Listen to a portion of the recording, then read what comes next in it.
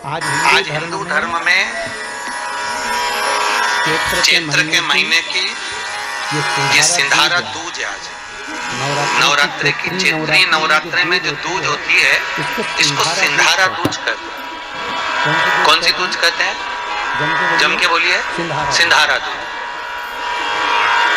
सिंधारा दूज का मतलब ये होता है कि कल है तीज, जिसको हमारे यहाँ गणगौर तीज कहते हैं। शंकर और पार्वती 16 दिन तक तैयार हुए थे और तैयार होने के बाद शिव और पार्वती शिव महापुराण के यजमान बनकर जा रहे थे। तो कल का दिन है वो। कौन सा दिन है कल का? गणगौर तीज का दिन, कल का दिन। चैत्र के महीने में जो शुक्ल पक्ष की तीज आती है, वो चैत्री नवरात्रि में जो तीज की तिथि होती है, उस दिन शंकर और पार्वती शिव महापुराण के यजमान बनकर कथा सुनने के लिए गए थे। 16 दिन तक पार्वती और शंकर का श्रृंगार होता है। उसमें से आज का दिन सिंधारा दूज का होता है। क्यों सिंधारा दूज कहते हैं? सिंधारा दूज का मतलब क्या है? क्यों हिंदू धर्म में सिंधारा दूज मनाई जाती है? किस लिए? आज पूरे भारत की भूमि पर कई माताएं हाथ में मेहंदियां लगाती हैं, चूड़ियां पहनती हैं, सुंदर चुनरी पहनती हैं, माँ ब्रह्मचारिणी का पूजन करती हैं, माता का आराधना करती हैं। सिंधारा दूज, उसका कारण केवल इतना सा है। सिंधारा दूज का मतलब ये होता है कि चंचुला देवी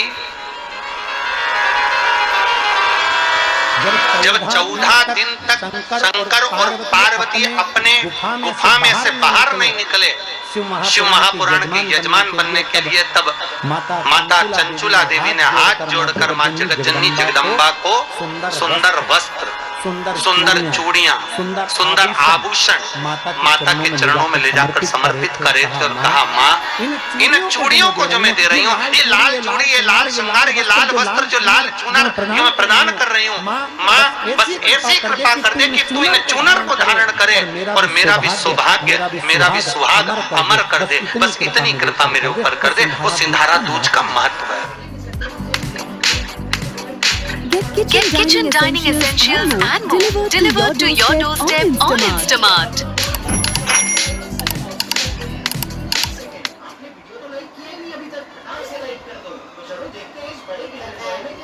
My favorite subject is maths.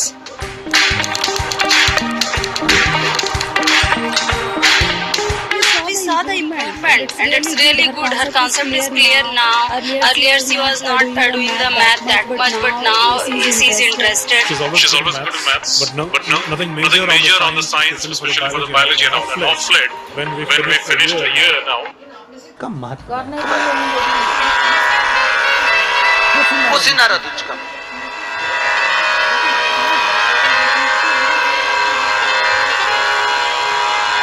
आज भारत की भूमि की सभी माताओं को सिंधारा दूज का बहुत बहुत बधाई। माता पार्वती, गणगौर महारानी, ब्रह्मचारिणी महारानी, माँ जगज्जननी आपके सुहाग को अखंड सौभाग्यवती बनाए, यही भगवान से प्रार्थना। जैसे चंचुला देवी ने माता पार्वती से निवेदन करा था, आप भी एक भाव से निवेदन करें। कोई भी कार्य करते हो तो जग कल्याण के लिए करते हो। इसलिए मुझे उम्मीद है कि आप जो कथा सुन रहे हो वो चंचुला देवी के पति के मोक्ष के लिए सुन रहे हो। एक बात पहले भी कही, आज फिर कह रहे हैं, पानी में डूबकर मरे हुए व्यक्ति की मुक्ति नहीं होती। सर्प से डसे हुए व्यक्ति को भी मोक्ष नहीं मिलता। तीसरा, स्त्री के हाथ से, नारी के हाथ से मरे हुए व्यक्ति को भी मोक्ष नहीं मिलता। बहुत ध्यान देना महाराज। गरुण पुराण, शिव पुराण, स्कंद पुराण, पद्म पुराण, नर्मदा पुराण और लिंग पुराण, इसमें वर्णन किया गया है कि कुंवारी अवस्था में मरे हुए व्यक्ति को भी मोक्ष नहीं मिलता।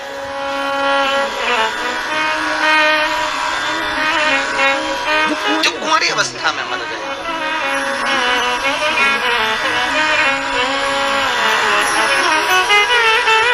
बहुत ध्यान देने वाली कथा है, बहुत ध्यान।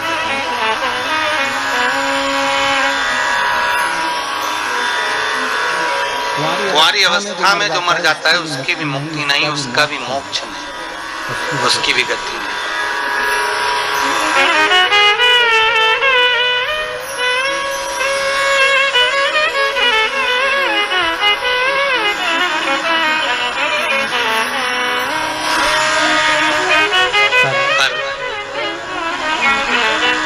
भागवत जी में आता है कि राजा परीक्षित को सर्प ने डसा था। आता है कि नहीं आता? सांप ने डसा राजा परीक्षित को और उसको मोक्ष मिला। तो पूछा गया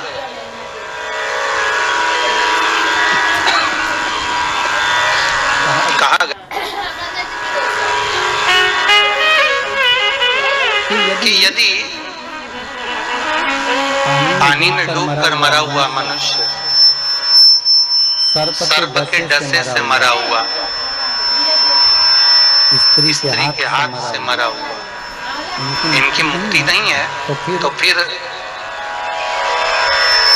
तक्षक नाग के डसे से वो परीक्षित जो मरा उसकी गति कैसे होगी? बहुत बड़ा प्रश्न है और बहुत सुंदर संवाद इसका। शास्त्र कहता है कि वो परीक्षित जिसको